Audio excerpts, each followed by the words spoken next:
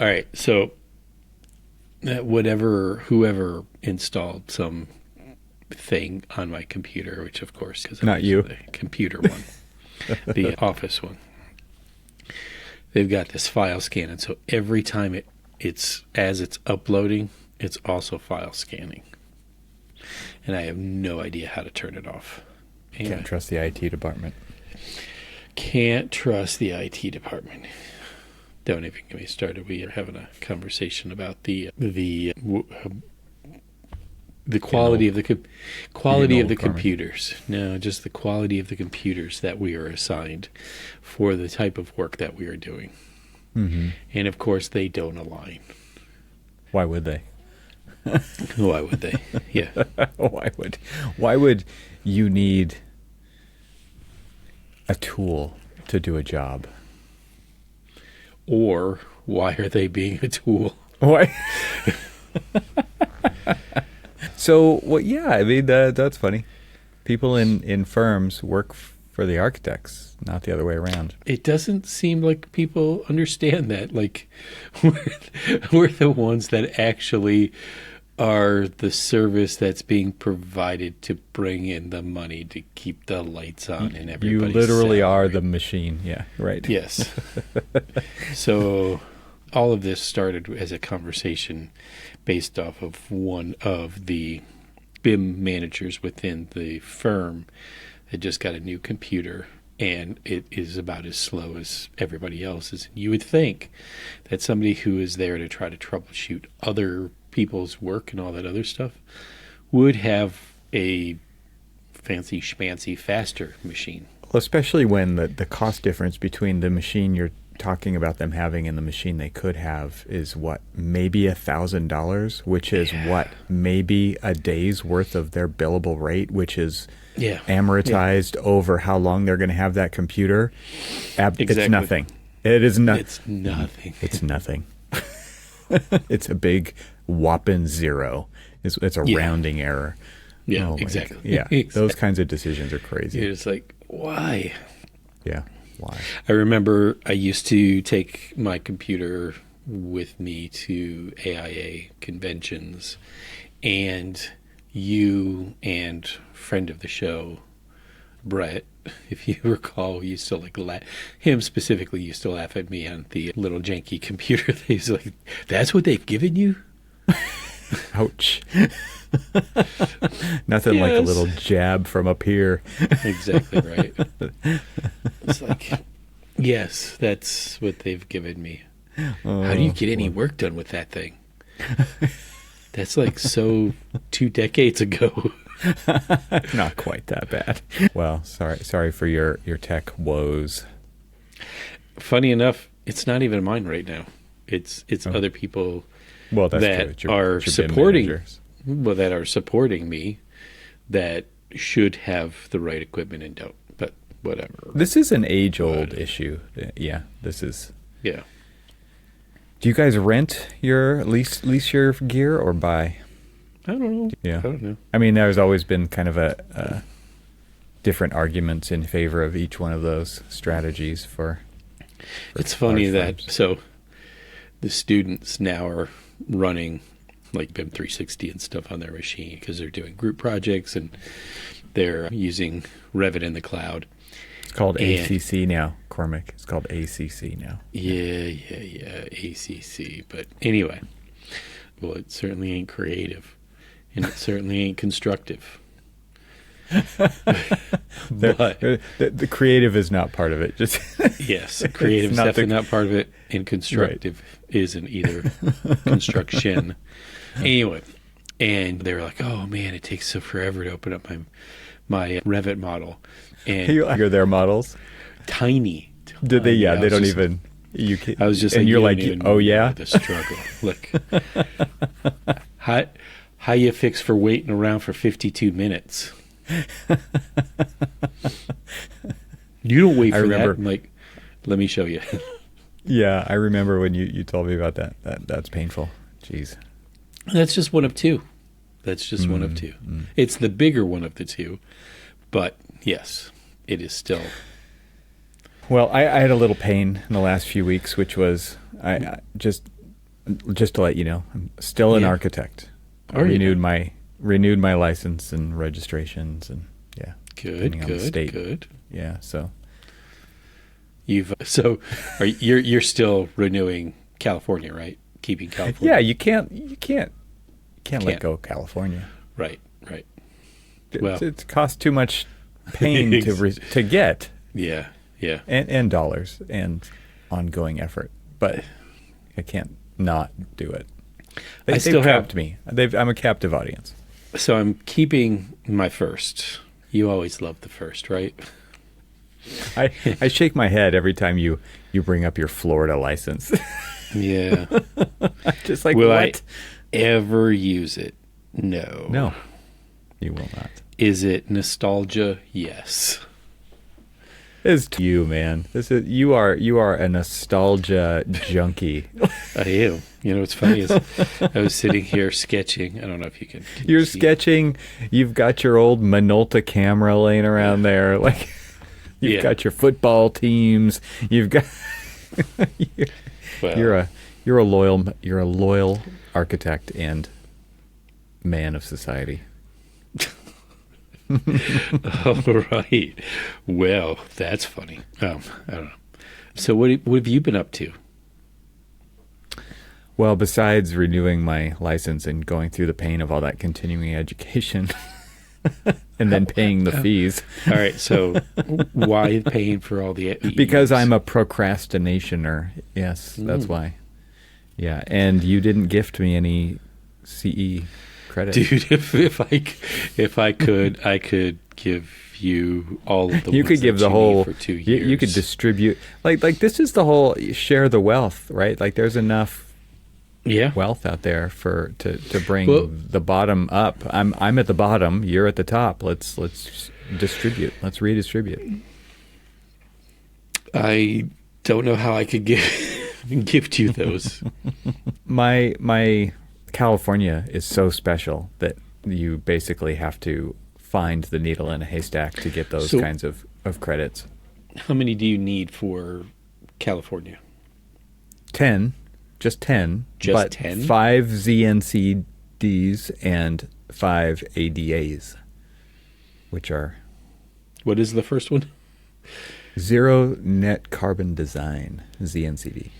And that's... So you only need 10 total? Yep. And see, because like Maryland, Florida, AIA, I mean, AIA is what, 18? But they've got to be like HSWs, a certain amount are HSWs. Right. Florida, 24, but you have to have both HSWs and what they call advanced building code for hurricanes and things like that. And then Maryland's just, you can do 24. We need X amount to be HSWs. The others can be regular standard learning units, and none of them really actually have to be very specific for net carbon zero. Yeah. And don't have to be ADA, but I typically do like ADA ones for advanced building code and all that other stuff. But yeah. Yeah. Well, California's 10, but those are harder to come by. And it's funny because most people want to charge for those, and so they're trying to create an ecosystem. Like California AIA offer free CEUs? Yeah. Well, no, not free for not those. Not those. So they're just getting. They offer ones that don't count for free. Yes. They're just getting you on both sides. Right. And then Oregon is 24 HSWs. So okay. Anyway, I had my work cut out for me over the last month. Sounds like it. Yeah. Anyway, besides that, any highlights, real quick? No, zero highlights. I don't want to talk about it anymore. I want you to relive the pain. It's gone, done. Check literally, like this was a checkbox, and I treated it as such because of my procrastination. Associated with a check. Yes. I think I told you this before. They raised the renewal rate $100. They went from $300 to $400 in California. In California, yeah. Jesus. Yeah. Do you know both? What? Like, for the exact same process. Well, actually, now I get to upload all my certificates because now they're actually looking at them. So I actually need to do more than check a box that says I've done this, and they charge more for such a privilege. So I would wish that they would do that because, as we've talked in the past, that I've gotten many audits from specifically state of Florida for, hey, did you do your CEUs? Why, yes. But you could have made it a lot easier by me uploading them when I renewed. What's funny is California still says that people can be randomly automated, even though you provide the proof when you renew. So it's like, yeah, extra bureaucracy in California? Absolutely. Do you have to pay for the auditing as well? Right. You pay the hourly rate for the auditor. Yeah. How much more money can we charge you? Ridiculous. Yeah. Anyway. I got to go to New York City. That's what I've been up to. And I sent New York City. A really fun photo from the Goog. That was the Goog, which you still haven't gotten to go into, like, really beyond the.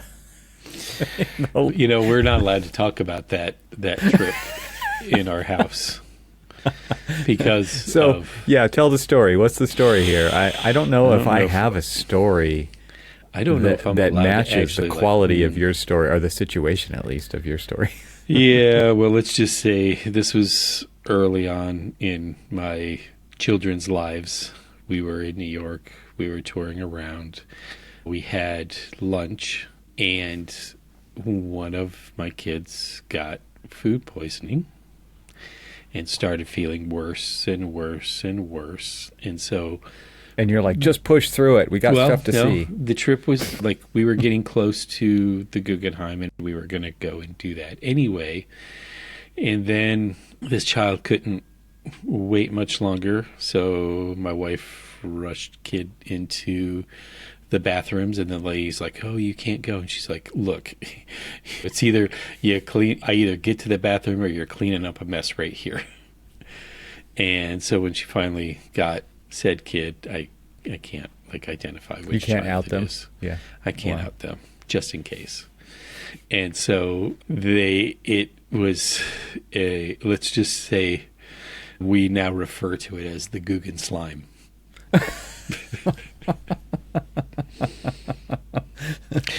And we at least feel it came like out of that end and not the other end. Both. Both. So maybe it's the both. No, I'm not going to say it. Yeah. So we took out 2 different bathrooms, and so like I was standing in the lobby looking up at the skylight and the swirls, and that is the extent of my trips to the Guggenheim. Now, one time I did go there, and again, it was just the lobby because I wanted to take a picture of the medallion right as you walk in the front door. Yeah. Because you've heard my little thing there. If you look at that medallion and you take a picture of that medallion, and then you walk down to the Oculus and you sit there, and there's a vantage point where you look at the medallion and you look at the Oculus, and you swear it's the same thing. Yeah, I'm looking at the medallion right now, and I visited both of these locations that you just spoke of. Does it not look like? Yeah. See, people are like, "What are you talking about?" I'm like, "No. You just look it up. Just look up the medallion at the Guggenheim lobby." And then you just pull up a picture of the Oculus, and somebody had to be inspired, or it was just dumb luck. Coincidence, yeah. Yeah. But anyway, so yeah, that's mine, and I'm hoping that your Guggenheim story is not the same. I mean, there's not much of a story, so yeah, it doesn't compete on any level with your experience at the Goog. But it was my second time visiting, and this time was a beautiful visit. I mean, it's just a beautiful, beautiful space. And what's so cool is how much you get to experience it, because you just go in, you get to look up, and as architects do, your jaw drops open. And then you go all the way to the top on the elevator, and then you work your way all the way down. And it's really a wonderful experience. And my wife got to join me, and so for the first time got to go to the Goog, and she was like, this is incredible. So that was cool. Is that what you call it? Is that what they call it, the Goog? That's what I call it. I don't think they probably don't approve of that. Probably don't approve of my name either. But they also have probably my picture and my family's pictures on the wall. You're on the list. Do not let them back in this building. Right. They've soiled, literally, yes, this sacred place of defaced art. It. So I got to go to New York because it was I was pollocked. Oh, that's not good. Jeez. Sorry. To get that last one in. So I got to go visit because I was invited to moderate a panel discussion at the AEC Tech conference, which is a AEC Tech conference put on by the core studio of Thornton Tomasetti, which is their kind of digital R&D advanced group that does amazing work. And it was a great event. If anybody out there is into AEC Tech, I think it's probably... I'm trying to think of the other ones that are out there. I would say it's top tier for sure. I haven't been to all the other ones, so I probably shouldn't rank it. But wow. And it's an all-week-long thing. It's Tuesday through Friday. They do firm tours. They have workshops. Then the day that I was there, they have a day-long presentations and panel discussions. And then they do a 2-day hackathon after that. And so teams kind of form and come up with an idea and then go at it all night long if they want to, and then present their ideas the next day. And there's prizes and winners and community and all these cool things. So overall, like, it's a pretty incredible event. And they actually did 5 of these this year. So all over the world. They did them in London and Chicago and all over the place. So this is the culminating event and the biggest one. There were about 300 people there.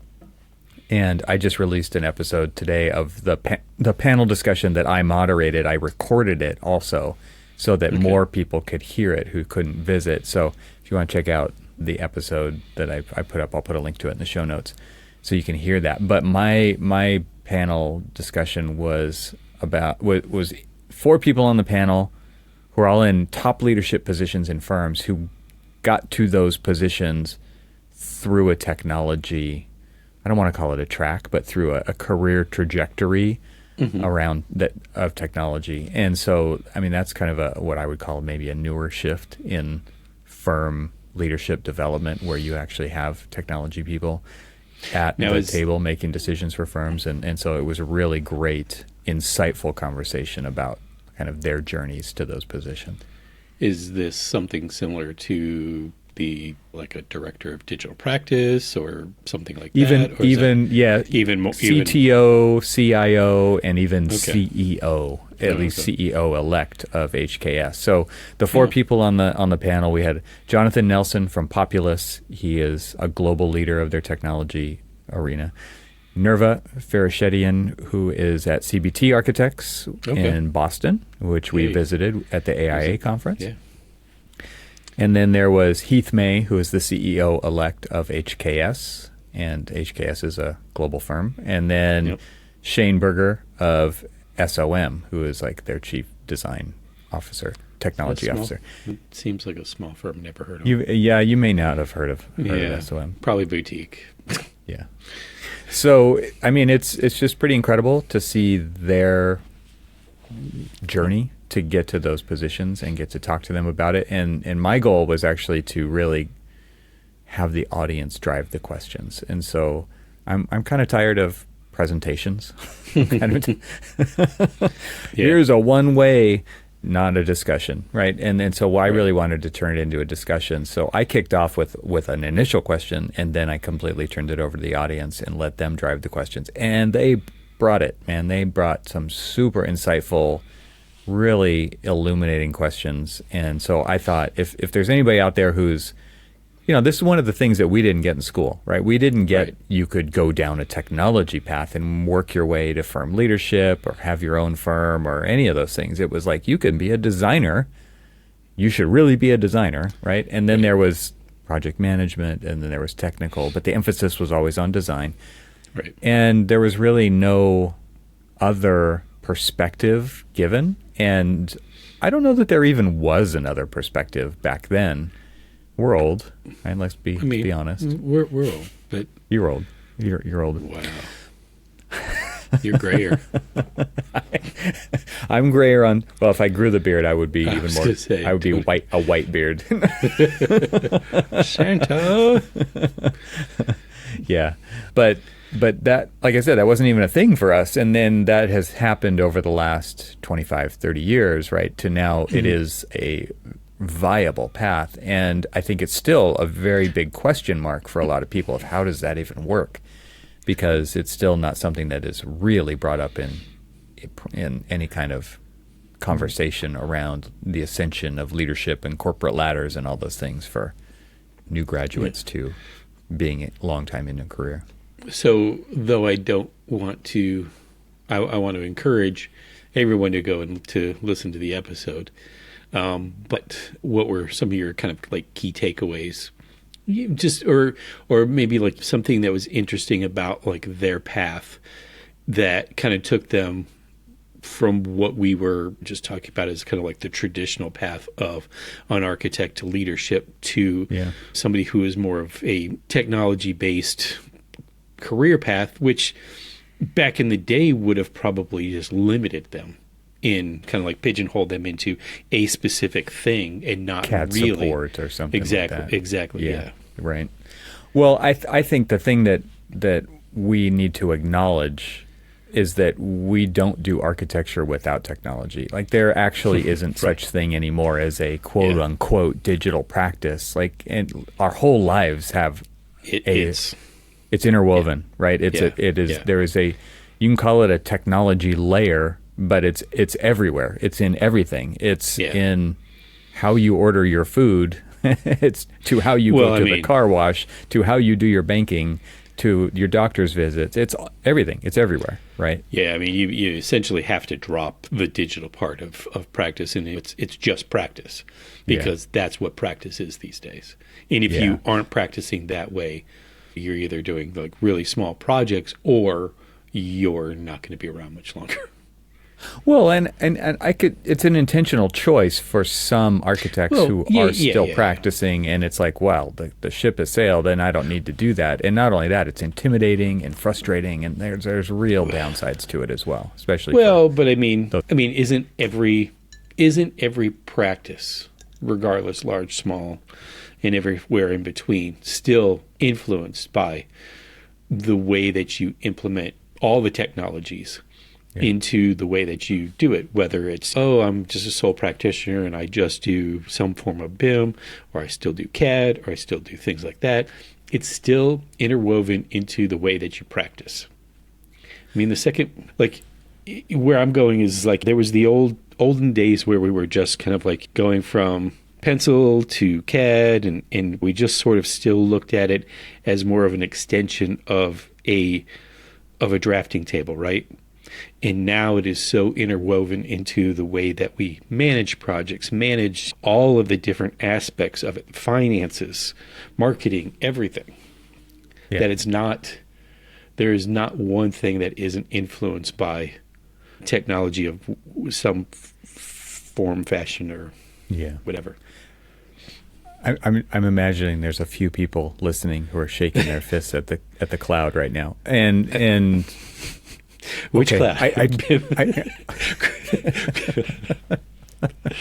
Not the construction cloud that you were talking about earlier. Or maybe they are, but there's definitely people out there who are like, whatever, and I totally get it.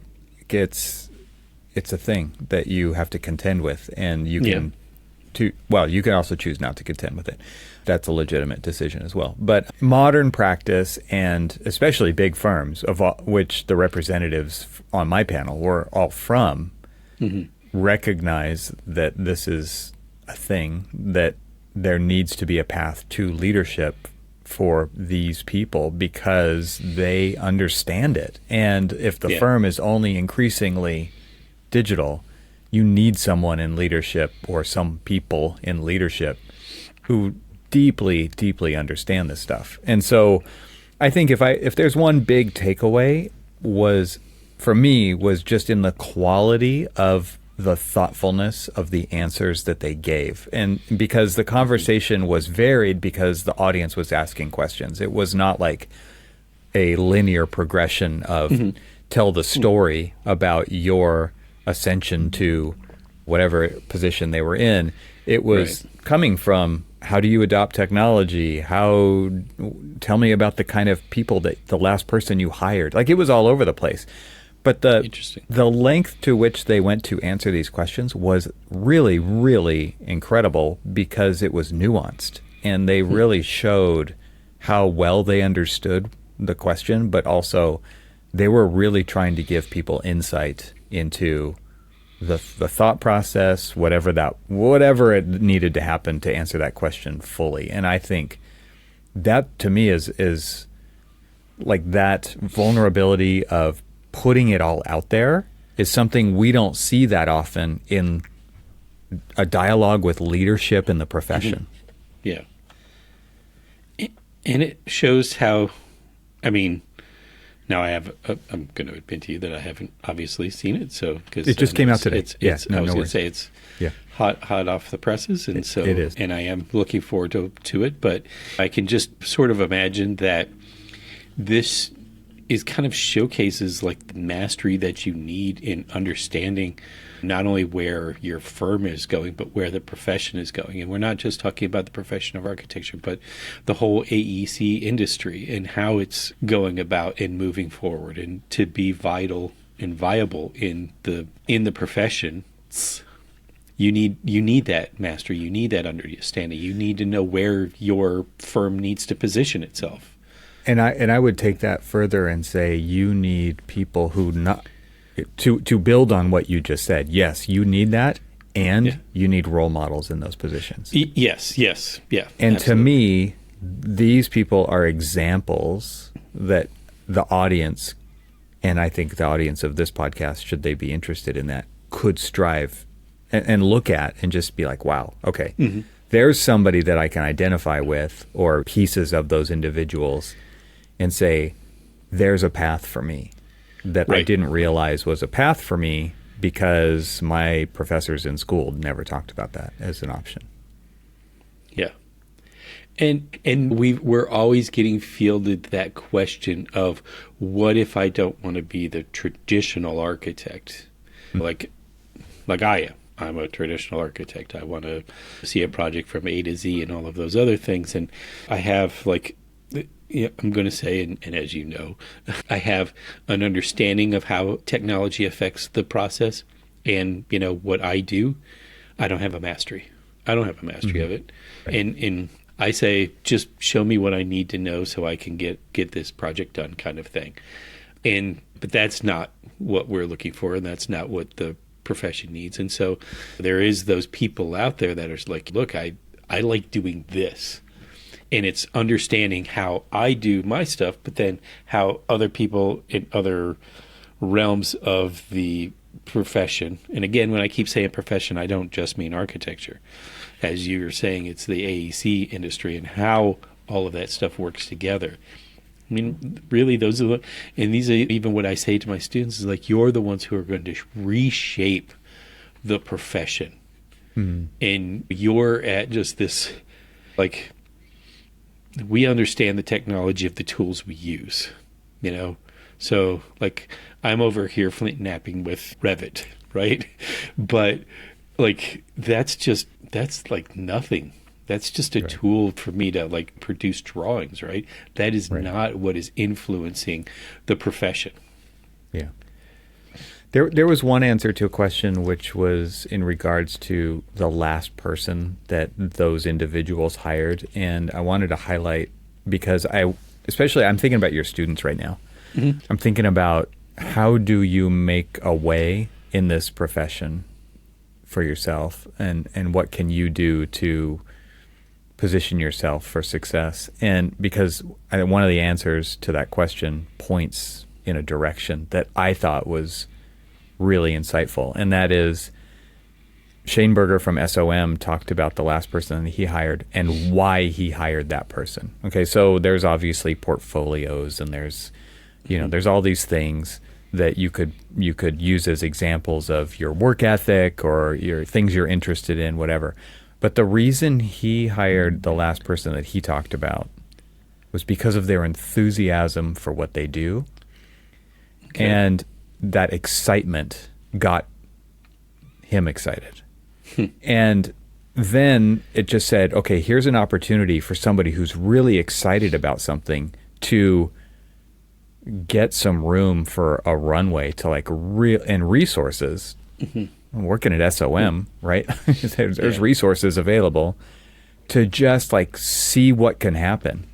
And even said that this person is even presenting ideas that are 6 months, a year away of things that they want to be able to do over time. And he's like, it's absolutely incredible to watch this person just go.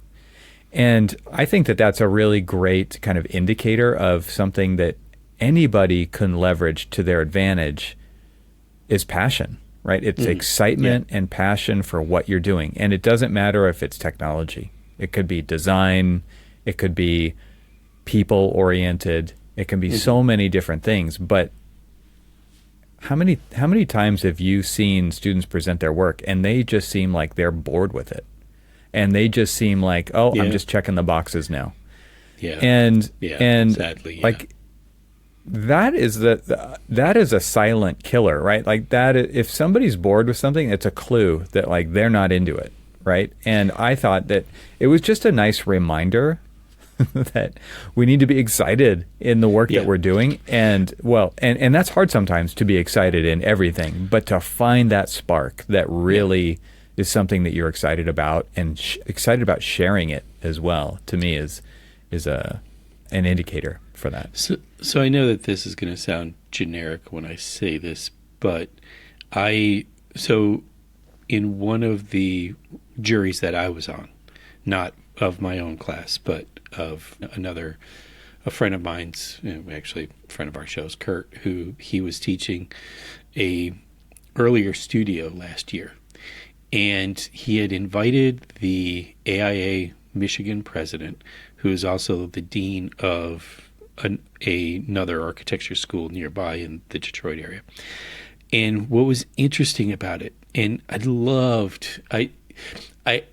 learning how to be on a jury from other jurors.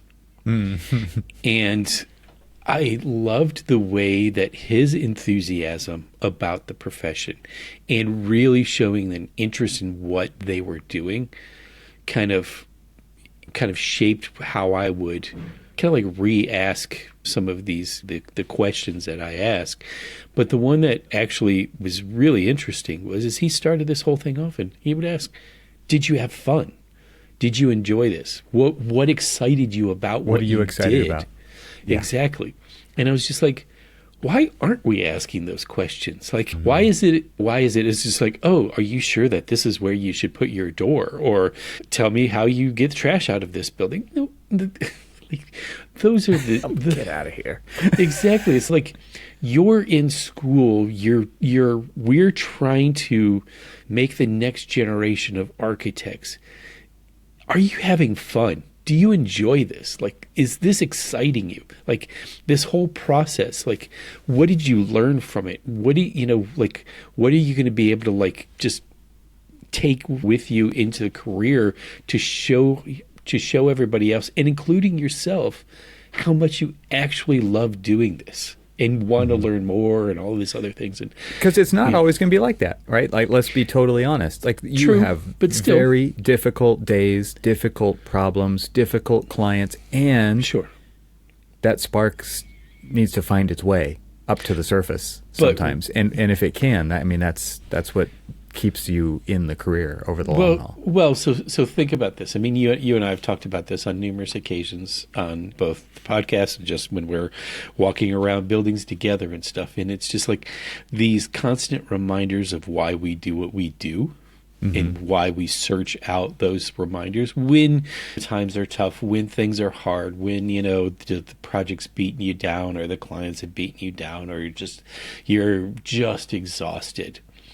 And there's people who are just like, why the hell do I do this to myself? But the funny thing is that then they remind themselves why they do this, because they do have that excitement. They do have that spark. They do have that love and passion for what they do. And so they're searching for it. But I'm kind of digressing from like where we're at. But I mean, what was interesting about it is as you were talking about like the reason why they hired this person is because they had excitement in that.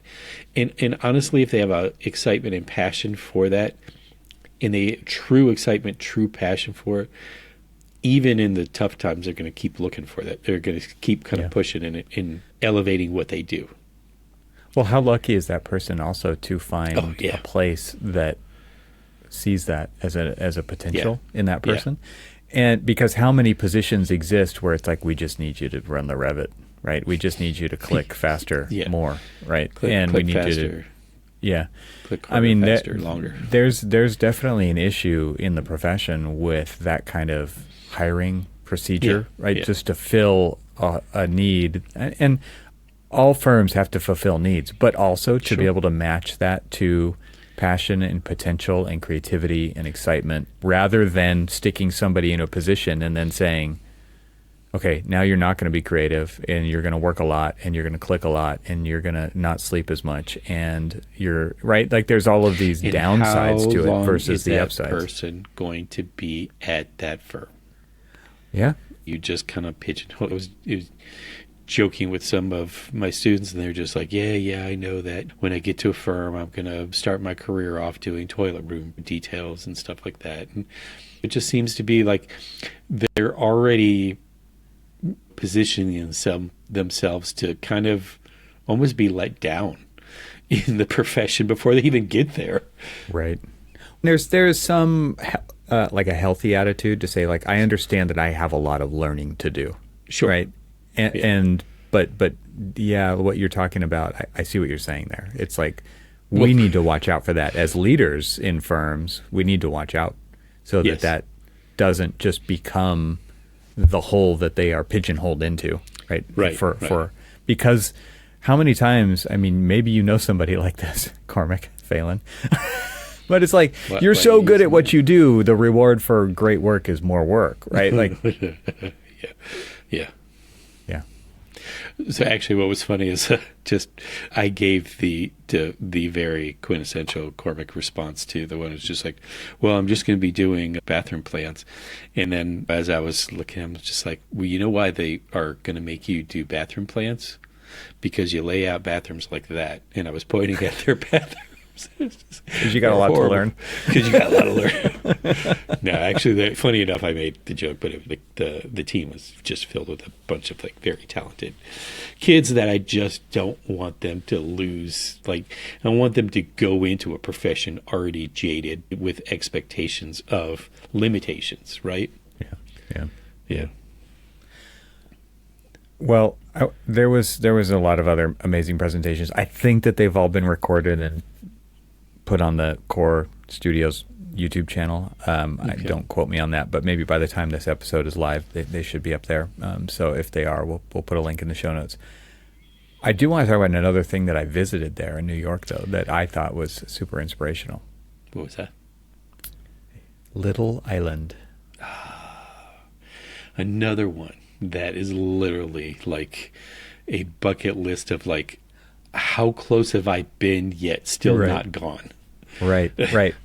Well, I want to say the last time I was there, it was maybe still under construction, or maybe the last time I saw it, but this was the first time I actually got to go experience it. I can't remember exactly, like maybe it was really close to opening but not available, or we didn't have time. I can't remember, but Because it was definitely like after the AIA conference that we went to when we were in New York, right? That I think it was built a year or two maybe after that.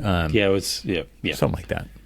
Yeah. But wow, super cool. So Little Island it's a park that sits out over the Hudson River like a pier, but it's these.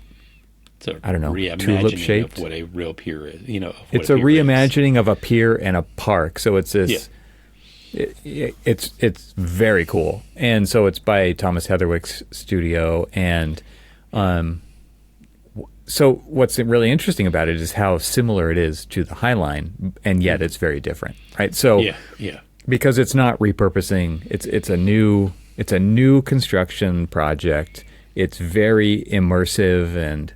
I don't know. You explore it. They encourage you to explore it, but in the same like vertical. I don't know what's the right word. It's like the same. It's in the same kind of context as the Highline, where it's a landscape project that is also infrastructure, that is also a little bit of architecture, and it's just really well designed. It is replacing the pier structures that were there and that kind of like dot that whole shoreline up and down. Right. What is it? West Manhattan shoreline. Mm-hmm.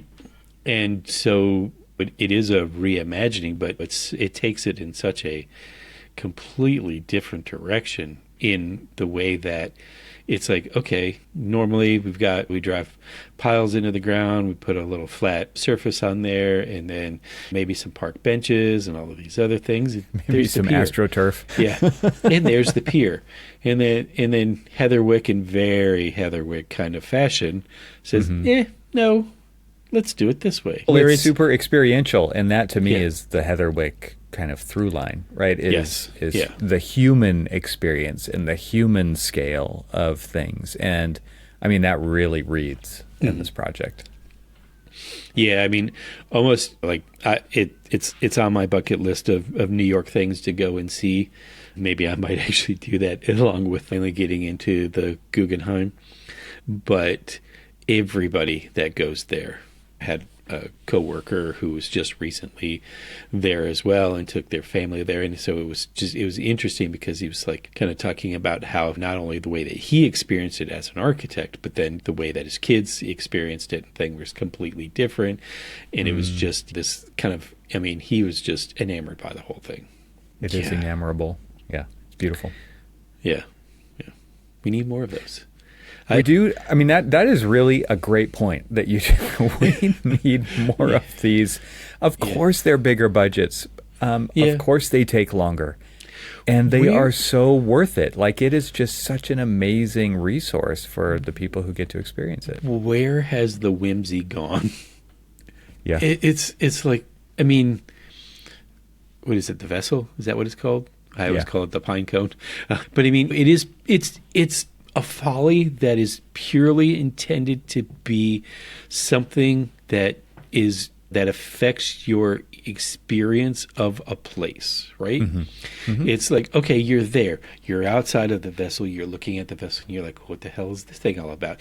Then you go and you start walking around and walking up the vessel, and you're like, oh, look at this, and you're getting these different perspectives of a New York that you wouldn't have seen in the way that you would have seen it if you weren't up in the air like you are. And it's just these fun and whimsical little things that just, it's, as you said, purely an experiential thing.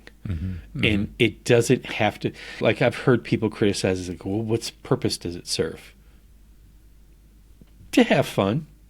Is that okay? Are you all right with that? Like, well, I think it was a premise in the question that no, it's not okay. Yeah, it's like, and I've even heard a few little like negative comments about the island. What is it called? The island? Little Island. Yeah. Little Island, and I just, again, it's why not get playful with place?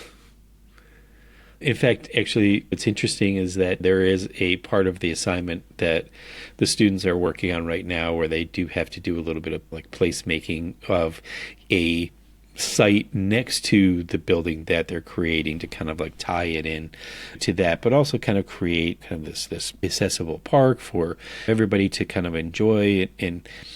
And what I've sort of explained to them is like, it doesn't just have to be like a couple of paths and a couple of park benches, unless that's what you're going for. I was like, you can have fun, get whimsical with it, get playful, just do something that is kind of unconventional, but still pushing to have a little bit of fun with it. I always loved and totally took responsibility for hardscape. And Oh, yeah. I'm not going to pick plants. I am not going to try to do the landscape architect's job. I mean, that is not an easy job, actually. No, it's not.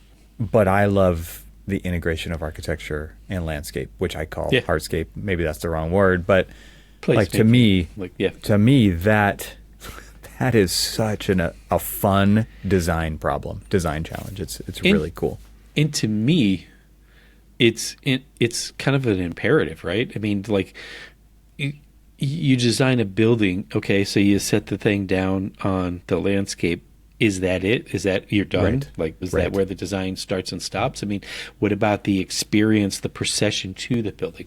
You know, what about like how you actually weave your way there?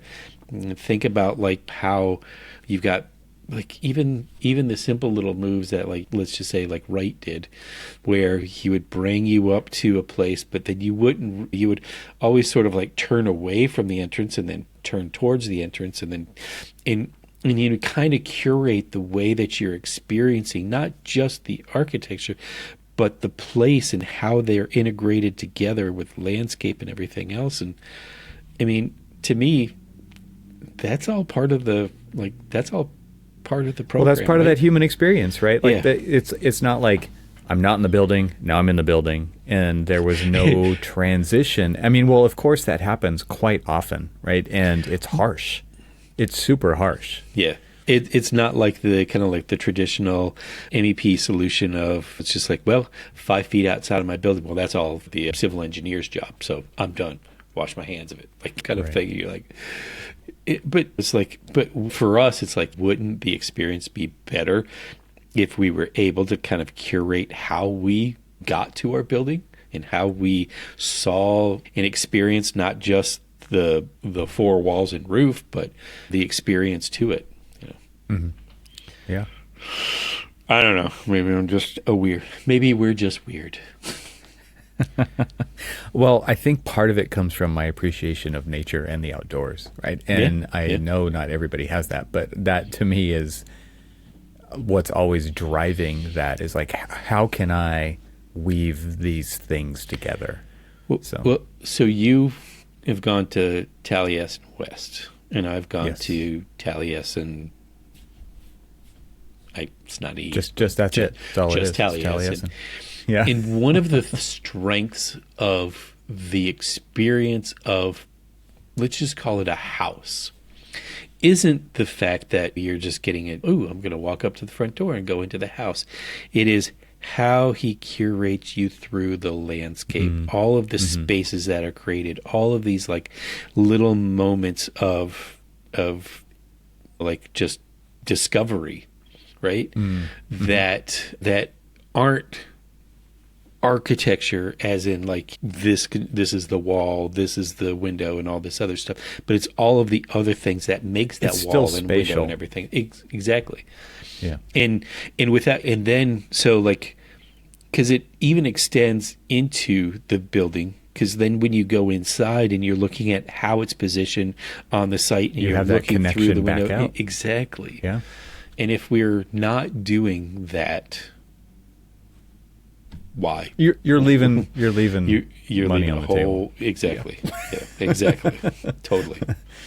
Yeah, I mean, do you have any other examples of architects who do that really well off the top of your head? I'm trying to think. I think we see it more often now because of a lot more green walls, green roofs, things like that. But even the old case study houses with courtyard designs, where there was an outdoor room in the middle of a of a house that all these rooms got to look into.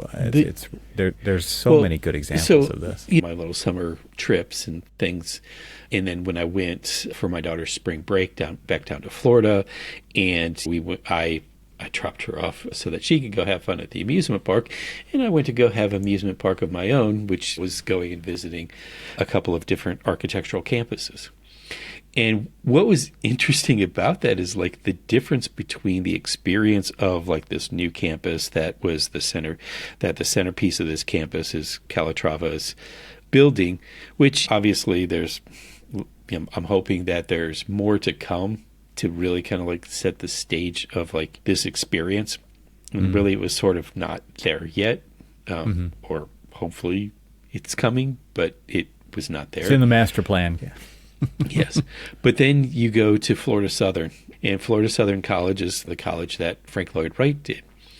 And what I find amazing every single time I go there is just a different experience. And it's not just, and rarely do I actually go in buildings, because this is an active campus and I'm not going to be trespassing into somebody's classroom or something, but it's the experience of the buildings in the landscape, and it just showed the mastery of an architect who, whether or not he was from an area, understood the environment he was designing in and could capture the spirit of that place. And here I am as somebody who grew up in Florida, and I'm looking at Florida Southern, who was designed by a Midwesterner who really didn't have strong connections to Florida, really. And he'd created probably one of the most Florida places that I've ever actually been to. And there's a lot of like Florida places, but they don't, like, this felt like Florida. Like, you're just like, if you could like capture what the essence of a place is in architecture, in site planning, in landscaping, in this whole kind of like effort of placemaking, that's probably one of the best ones. Great honestly. Case study. Yeah. It's I was dumbfounded. I'm sitting there under the canopies and I'm thinking to myself, this dude captured the essence of seeking out shade and shelter underneath the canopies of trees during a hot Florida summer day, when you're just looking for a little bit of breeze to kind of provide you with some relief from the sun, or if it starts to rain. And I'm standing there underneath these canopies and I'm looking at the way that like the colonnade of supports for the canopies are, and you just like, this feels like you're looking for some live oaks to hide under or to find some shade and stuff. And it just felt like Florida. Wow. And I'm like, dude didn't know squat about Florida probably before he started doing this. And it was kind of impressive. And so it's those kind of people, the Heatherwicks, the Pfeiffers. Pfeiffer's another great one, that they just understand the mission isn't just about the building. It's about it's about everything that the building. It's the integration. Yes. Yeah. Completely agree. Well, I hope you get to experience Little Island and the other bucket list stuff that you haven't been to yet in New York, but there's always more. So I just happened to glance over and I just found this little pink Post-it where I sat and did a little quick scribble sketch of you. See, I got your wispy hair going on there. Got your little soul patch. It's a caricature. You're a caricature artist. Look at you. Good job. You're an architect and a caricature artist. Hi, Ed. Hey, how you doing? And a ventriloquist. All right. Enough of that already. Talk to you next time. Yeah.